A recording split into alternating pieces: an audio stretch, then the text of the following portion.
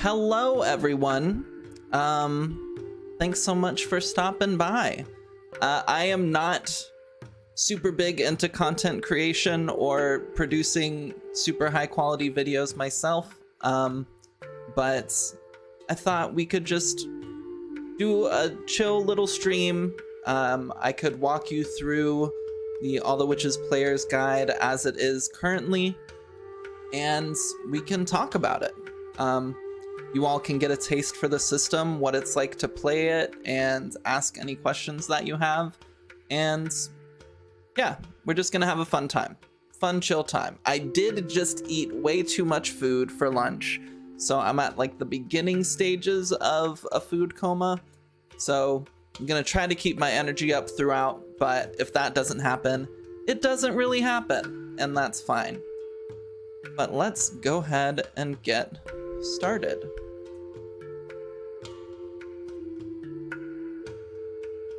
All right, so this is kind of the introductory page of the player's guide. Obviously, this is our beautiful cover done by Flightless Art on Twitter. And yeah, so basically All the Witches is a TTRPG exploring the diversity and kind of beauty of fantasy witches in a fantasy setting. For the setting itself, we have currently 3 writers writing 3 different regions, and the goal is to just fully explore those regions, have them perhaps related to one another, perhaps not, and the goal is, as you jump into a game of All the Witches, you can start in one of these regions, or you can start your own region. I'm planning on kind of including rules in the system itself for how to create a region of your own and connect it to the rest of the world. And yeah, we're just wanting to provide you some really good depth to start your games, and then give you the tools you need to explore the rest of the world and kind of imagine what the rest of this world will look like for you and your players. All the Witches itself, in the world, there is a kind of corruption magic that has been around since the beginning of time called discordance. What this does is when somebody is going through a extremely kind of stressful situation in their lives, discordance will kind of come around and tempt you into responding in unhealthy ways to those situations. And as you kind of fall into this temptation and you express kind of results in unhealthy ways, it'll tempt you further and further into living an unhealthy lifestyle. And as you start living an unhealthy lifestyle, your community will become unbalanced and the environment around you will become unbalanced, and discordance will really take effect. To mend this situation, long ago in the world, witches started studying discordance, and through their study of discordance, they learned to use magic of their own. They developed the 10 schools of magic, which we'll go over here in just a few minutes, and using kind of their magical expertise, they also learned how to help people recover from discordance, which we will also talk about here in a little bit. But that's kind of a quick introduction into what the world of All the Witches is. And now we'll just jump into gameplay mechanics. So, first of all, the dice system of All the Witches utilizes mainly the D4 through the D12. A D20 can also be used, but if it is, it's an extremely rare situation. And it's not encouraged for people to use the D20. In this system, the different dice represent the difficulty of various checks. When you're wanting to make a certain skill check, say you're wanting to sneak around stealthily a town, the GM may say, okay, that sounds like a D6 difficulty.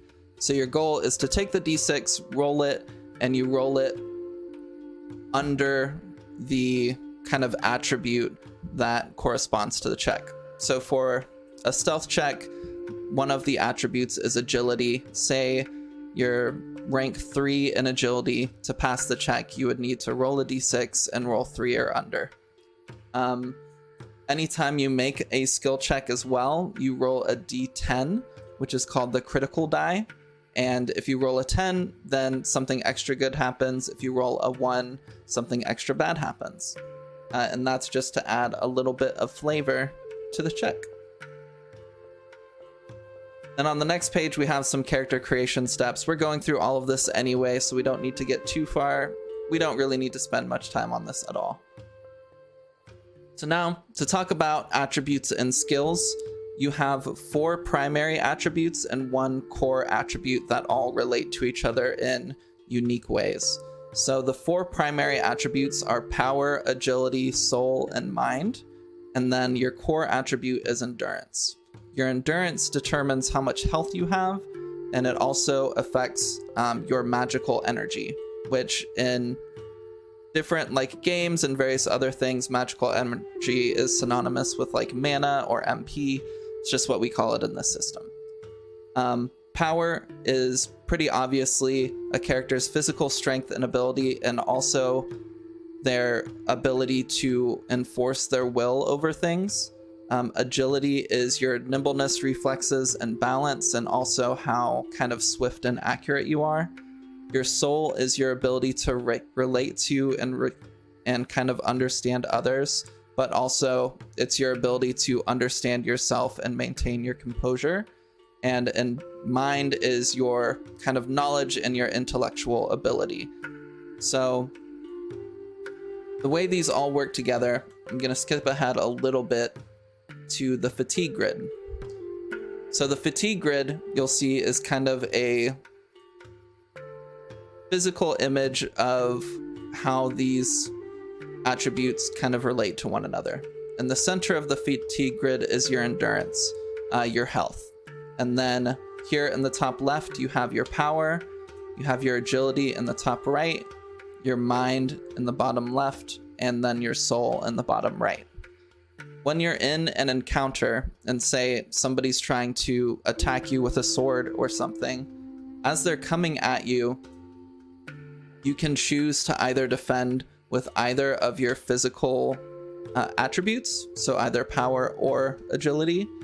And when you kind of determine which one you would like to defend with, say your power is a rank 4, the person coming at you is attacking, and based on a few different reasons that we'll get into later, the difficulty to defend against the attack is a d8. So you'll take a d8, you'll roll it, and your goal is to roll under your defense attribute. So if it's power, it's rank 4, so you're wanting to roll a 4 or less. If you successfully defend, awesome, you successfully defend. If you don't successfully defend, then your opponent gets to roll their damage dice. So since your power is rank 4, that also kind of contributes towards your defense. So when your opponent rolls their attack, say they roll a d8, they roll 7 damage. Your power absorbs 4 of that damage, and then 3 go past and kind of affect the rest of your endurance. So if you had 9 endurance, it goes down to 6. After that, if damage gets past your defense attribute, then for the rest of combat, it goes down by 1. So your power would turn down to 3, and you'd have to kind of play around and just adjust the rest of combat. So it's a fun little dance of attrition, making sure you're not defending with your most powerful stat all the time, because if you wear it down too much, your attacks will become less effective. And yeah, so that's kind of how the fatigue grid works and how the attributes relate to one another. So now going back to the attributes, at the beginning of the game, you get 8 attribute points to distribute between each attribute. All of them start at rank 1 already. And so you can put 3 points into power to make it rank 4, 2 points into soul to make it rank 3, so on and so forth. After you kind of distribute your 8 points for endurance, you will, since endurance is your health, to determine your health, you roll a d4 for each rank of endurance you have. The first rank is an automatic 4, and then for any additional ranks, you roll a d4 and you add it to the total. So if you just had 2 ranks in endurance, then you'll have 4 plus 1 d4, and you'll roll that and you write it somewhere on your character sheet. After you kind of get all of that, you'll go to your skills. In other systems like Dungeons and Dragons and Pathfinder and whatever else, they have a long list of skills for you to choose to be proficient in. In All the Witches, however, it's a lot more broad, and you get to have a bit more uniqueness in how you build your character and choose what they're good at. So you have general skills, specific skills, and weaknesses. At the beginning of the game, you get 3 general skills, 1 specific skill, and 1 weakness. For general skills, they're broad subjects that your character is good at. So if your character is good at like history, thievery, and technology, then anytime you roll a check that relates to one of those things, you would get a bonus. Specific skills are kind of a specific like specialization under one of your general skills. So if you wanted to have a specific skill related to history, you could choose like the history of the United States or something. Not that the United States exists in All the Witches. If you wanted to do thievery, you could do like sneaking or stealth. And then for technology, you could choose like aircraft or something. But additionally, if you roll a check that's related to your specific skill, you get the bonus from your general skill as well as an additional bonus. And then for your weakness, it's like a general skill, it's just a broad subject that you're kind of bad at. So you could have your weakness be balance, and every time you have to make a check that's related to keeping your balance, you would have a penalty. So those are kind of how the attributes and the skills work. We talked about the fatigue grid already. So let's talk about the deck. In All the Witches, we have a little bit of a deck building mechanic. You can use either a playing card deck, or you can use a tarot deck. A tarot deck is recommended, but I know not everybody has a tarot deck, so playing card decks are totally fine. The way this works is to have your starting deck. You basically will take out a numbered card 1 through 4 for each of your kind of ranks in your attributes. So if you have a 4 power, a 3 soul, 2 agility, 1 mind, and 1 endurance or something, you would take out a 4, a 3, a 2, and 2 1s of any. Yeah, get a tarot deck, Panda. You would take out those numbers of any suit. At the beginning of the game, I would recommend diversifying which suits you have cards of, because suits will come into play at certain times of the game. We won't go into that today right now, but as you're kind of playing the game itself and you're getting more cards to add to your deck, you'll be limited in the suits that you can choose. So at the beginning of the game, you don't really have any limitations, so I'd recommend spreading them out. Thalia, absolutely get your first. There are so many like fun different kinds of tarot decks. Like the one I have right here is just a tarot deck of cute little animals. It's like cute little animal art. Highly recommend. So what do you use your decks for? So for one, decks are used to determine how many spells you can have prepared each day.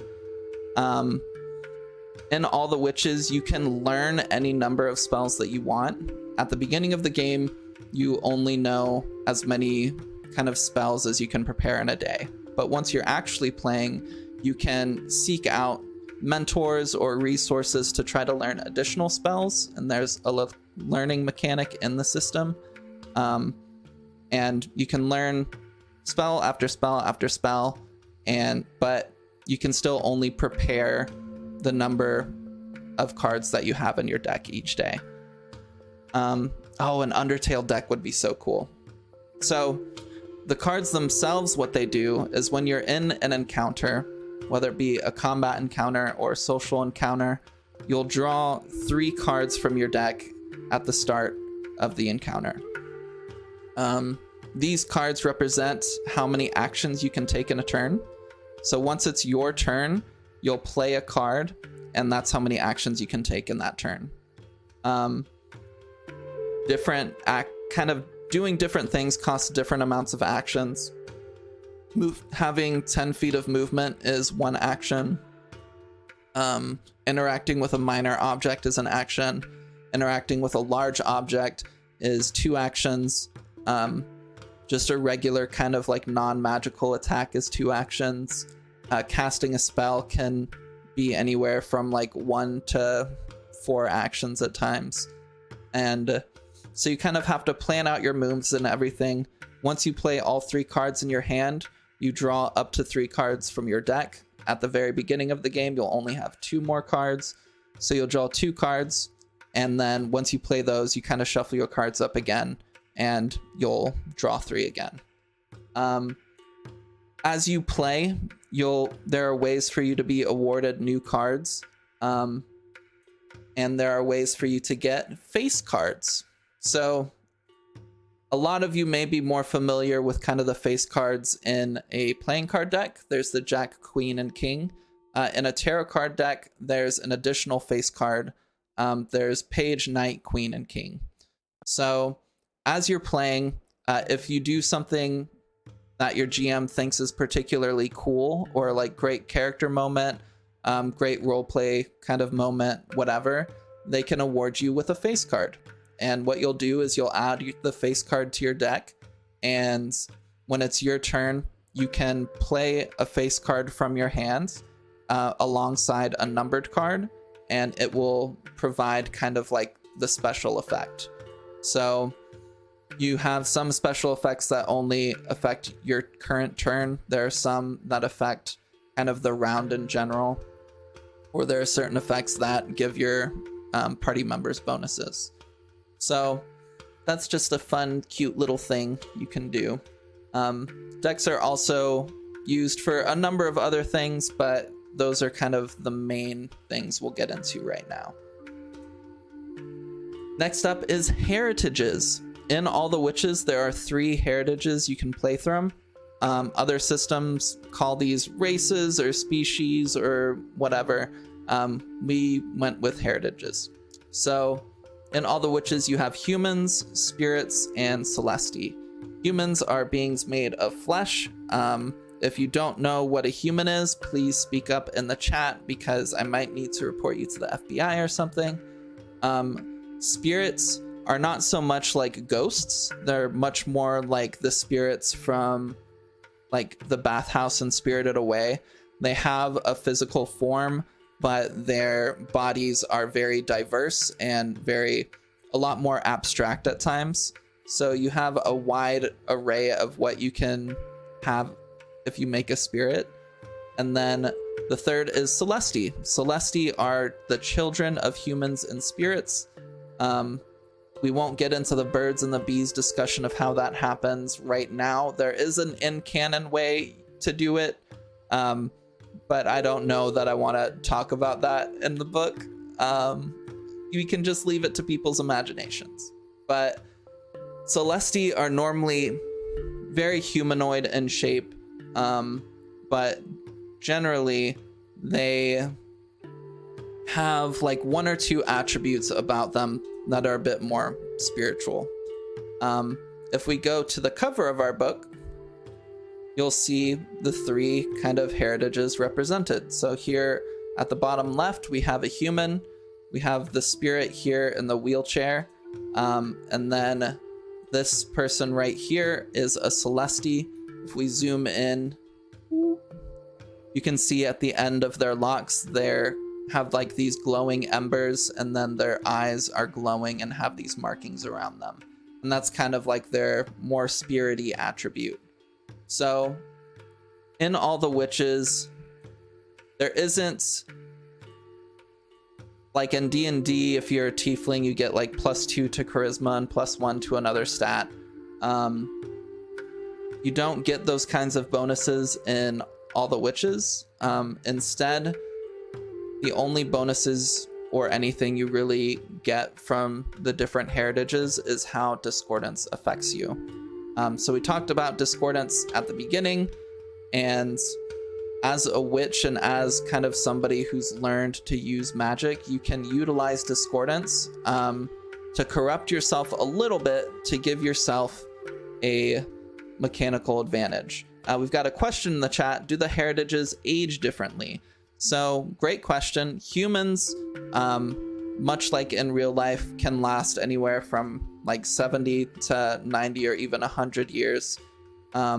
Spirits have a much longer lifespan.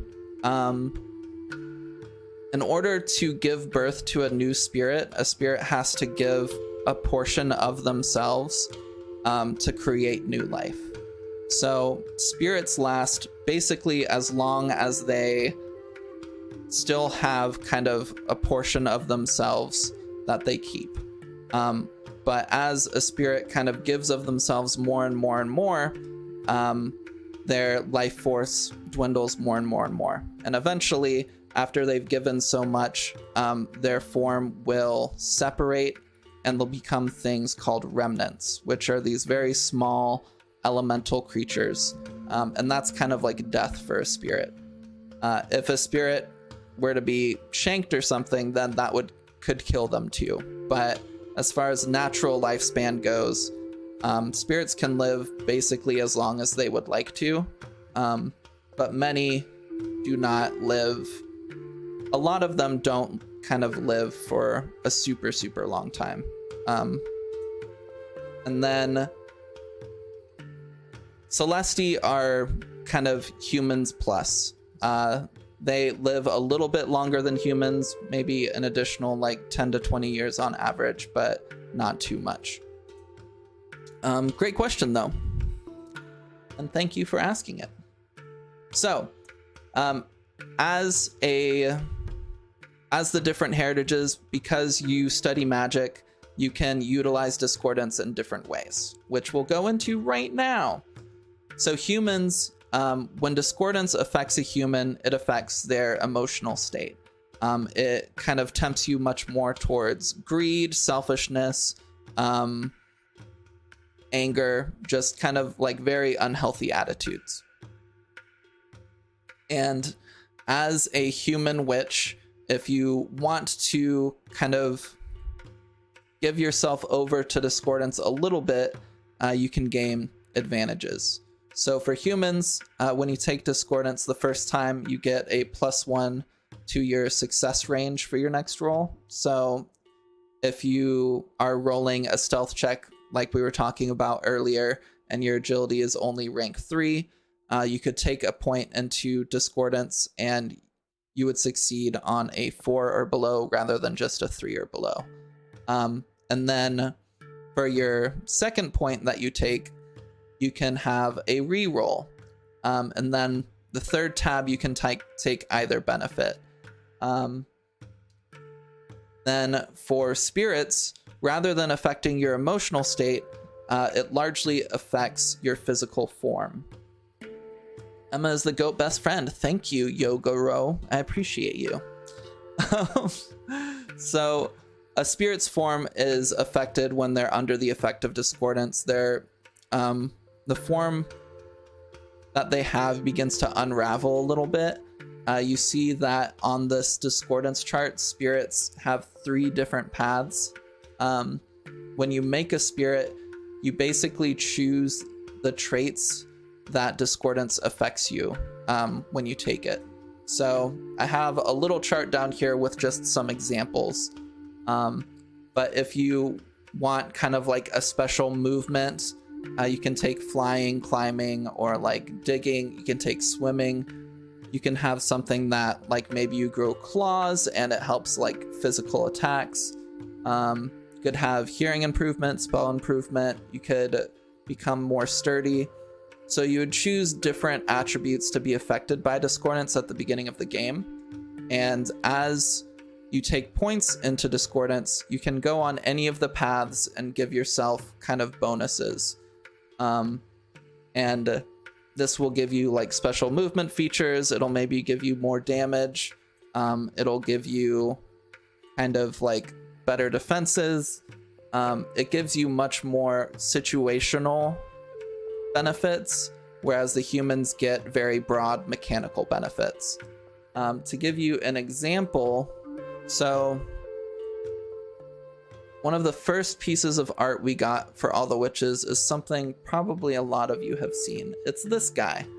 So in this image, you see kind of a witch facing down against this kind of like forest tree spirit. So this is a spirit who's been under the effects of discordance for a long time and has lost themselves and become like monstrous. So this witch is here to try to help this spirit. But if we look at this image, this is what that spirit looks like not under discordance. So you'll see kind of the difference between the two. Your form will kind of break apart and become a lot more monstrous as you fall into discordance more and more. And delete those. And then Celestia is the children of the two. As a celestial, choose kind of one trait from the spirit table that's affected when you go under discordance, and this normally has to do with kind of the trait you have in character creation, where for the person in the cover image, like their trait is kind of like these embers on the end of their locks or kind of their eyes. So maybe as they're affected by discordance, their hair grows more and more on fire and gives them some sort of benefit. And then they have the other path, which is kind of for more humanoid benefits. But yeah, so that's kind of discordance in a nutshell.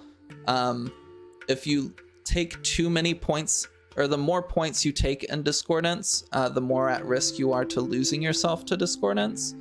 And when that happens, your fellow players kind of have to step in to perform what's called a balancing ceremony, where basically they'll enter your character's subconscious and they'll see different situations at play that kind of contributed to you falling to discordance. So you get cool little moments where you can maybe see portions of a friend's backstory, or just kind of like really experience kind of situations through their eyes that players get to help narrate.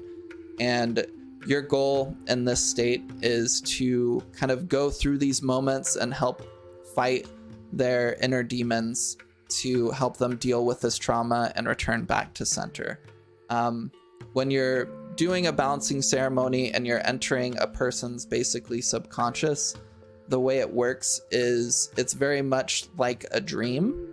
If you've had dreams before, which hopefully you all have, sometimes you've got a good amount of control over them and sometimes you have no control over them. So the suits from the cards in your deck kind of help contribute to how much control you have over this dream space and how much things just kind of go buck wild. But we won't get into like the rules for that right now, but that's just like a little taste of what that actually is. After you choose your heritage, we've got the magical disciplines. So in Dungeons and Dragons, for instance, I keep mentioning D&D because obviously it's the example most people are probably familiar with. At the beginning of the game, you choose your class, and as you level that class, you get different abilities that you unlock. So with all the witches, you have 4 ability points. And with those ability points, you can come into the different magical disciplines and basically purchase whatever abilities you want. There are 10 magical disciplines, as said before. We'll go into each of them here in just a second. But you'll spend your ability points, and those are the magical disciplines that you can learn spells from. So if you spend points in Conjurer and Enchanter and maybe like Healer, then when it's time to choose your starting spells, you can only learn them from those 3 magical disciplines. There's also a general kind of spell list, and you can take spells from that as well. But yeah, so to go over the 10 magical disciplines, we have Alchemist, who are people that utilize magic to create potions, poisons, and salves. Basically, these items that can be used by anybody at really any time that they need them. Then you have Conjurer, which, as we mentioned earlier, conjurers can create magical contracts with remnants, which remnants are kind of the leftover spirits of dead spirits. They're the very small elemental creatures. Conjurers can make contracts with them and summon them when you need them, and their spells are all used to kind of strengthen the remnants they're contracted with, and they can be used in like combat situations or even outside of combat situations. Enchanters are witches who use their magic to imbue magical enchantments onto items. These are the people that create staves and wands and like brooms, or they can even enchant crystals to create kind of this radiating aura of benefits. Then you have elementalists, who are witches that specialize in elemental magics. This is very much kind of like Avatar: The Last Airbender vibes. You have healers who specialize in kind of curing and protection spells. And you've got illusionists, spells to confuse the mind. Necromancers are people who can communicate with the dead and utilize the dead in their spells. Oracles are people that use magic to divine the future and also to change the outcomes of the past sometimes. Psychics are people that can move things around with their mind telepathically and also read people's minds. And transmuters are people who can use magic to change their own form as well as the form of others. So if you wanted to polymorph somebody into a sheep, transmuter is the magical discipline for you. So after you spend your 4 ability points, you'll move down. There's also some general abilities that you can take as well, but we don't need to go into those. So you'll go down to your spells and you'll choose your starting spells. There's an infinite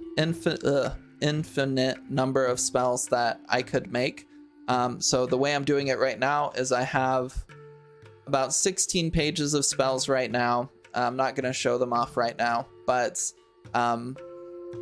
when I'm playtesting and helping people create their characters, I'll ask them what kinds of spells they want their character to know, or I'll ask them just about their character in general, and then I'll make spells for that character, and then I'll add them to this list.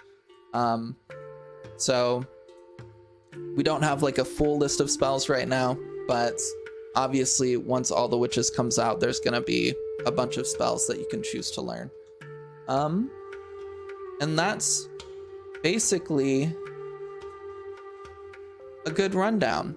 I don't normally go over encounters themselves and kind of the way they work in my session zeros, but we can go through them real quick right now. Because normally I'm just like, we'll go over this stuff when we're in a session and we're going through a combat encounter. But you all don't have that kind of access. So the way initiative works is at the start of the encounter, you can roll either an agility or a soul check with a difficulty determined by the GM based on how hard they think the combat will be. You roll the check. If you succeed at the check, it means you go before the enemies. If you fail the check, then it means you go after the enemies. If you pass, but you're like, oh, our person with healing spells goes after the enemies, and we think we could use their help before enemies go to help set up kind of the combat arena. That player can discard the highest value card in their hand, which will kind of switch the two players in the turn order. So the person who discarded the card will go after the enemies now, and then the person who failed the check will go before the enemies. How turns work in kind of combat is all the players who go before the enemies, they'll choose who goes in what order, and then the enemies will act, and then the players who go after the enemies will determine their turn order as well. So then we've got kind of examples of what you can use actions on.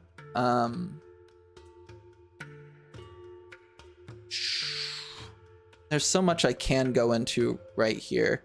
I'm scrolling through this. If you want to just like pause at any point, once I post this to YouTube and just kind of read, it all explains things pretty well. You have like focus spells and kind of how you can use antis to protect your focus. But I don't want to go into that too much right now. Then for attacking and defending, in all the witches, it's assumed that the attackers have the ability where under normal circumstances they could hit you. So unless they roll the critical die and they roll a 1, their attack is going to hit you unless the defender does something to defend. So this is a very much a defense system where every time you're attacked, you roll to defend rather than you rolling to attack every turn. So for determining defense checks, if somebody is attacking you with a physical attack, then you can either defend with power or agility. If somebody is attacking you with like a mental spell or a mental attack, then you can defend with soul or mind. And the difficulty of the defense roll is determined by their rank and the kind of attribute that they're using to attack. So if an enemy is using a physical attack and their physical attribute is rank 6, then the difficulty would be a d10 for your defense roll. If they're using a mental attack and their mental attribute is only a rank 3, then it'll be a d8 defense roll.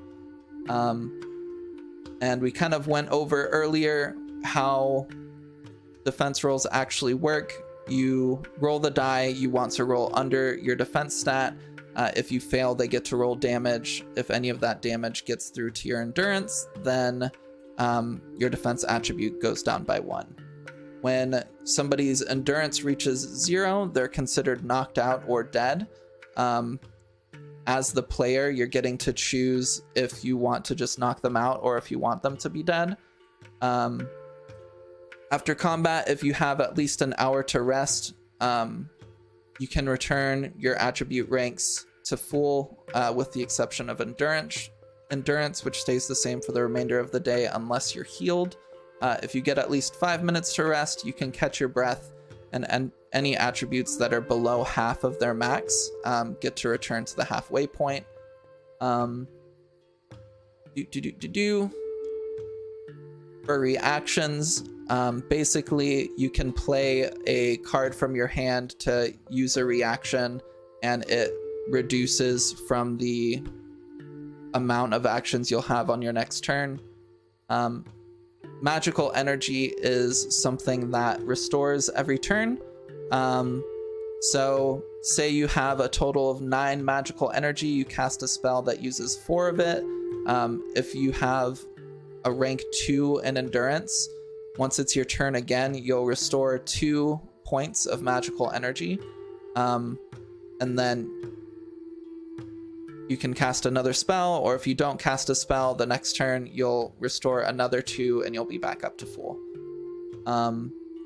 If you rest for a day, or if you rest kind of overnight, and you're below your maximum endurance, you can roll a d10 and regain that number of endurance points. And then the way death works is when a player character's endurance is reduced to 0, they're considered knocked out. However, if they are attacked again, or if the GM determines that the attack that knocked them out was strong enough, they're considered dying. When a character is dying, they will enter a contest for their life. When they first enter the dying state, they will roll a d20. If they roll below a 10, they are stabilized. However, if they roll above a 10, they fall closer to death. On their next turn, they must try and roll below an 8. If they pass, they're stabilized, but if they fail, they fall closer to death again. If you get to the third kind of round of dying saving throws, basically, you have to roll below a 5. And if you fail, you're considered dead. But an ally can intercede at any point in this process by casting healing magic, or by making a mind roll to stabilize you. But also, as the player, you get to determine if you're okay with your character dying. If you're not, then the GM can give your character a new weakness. They can reduce one of your attributes by 1, or you can gain a scar or permanent injury. But that's kind of the rundown on all the witches right now. There's one other thing I wanted to talk about in this stream. Couple weeks ago, maybe not a couple weeks ago, it was 10 days ago. So we had this tweet that we sent out on our account that I think is pretty important, and I would like to read it to you all. So this was in the midst of things going down with Dungeons and Dragons and Wizards of the Coast, and I wanted to just emphasize our position on how All the Witches is going to be a digital release, and I think I best talked about it and explained it in this thread. So I'm gonna just read this thread to you in case you, whoever is watching here on Twitch or on YouTube later on, you don't know that All the Witches is a digital release. I'd like to talk about why that is and what our plans are. So there's a lot of talk going on right now about D&D Beyond, the movement to cancel subscriptions to support Open D&D, and the lack of similar accessibility tools for other systems. With that in mind, I'd like to talk about accessibility, printing, and All the Witches. Multiple large companies are currently working away from Dungeons & Dragons and creating their own systems. On top of the many systems that are already being made in the space normally, various people are rightfully speaking up about the need for accessibility tools for new TTRPGs from the get-go.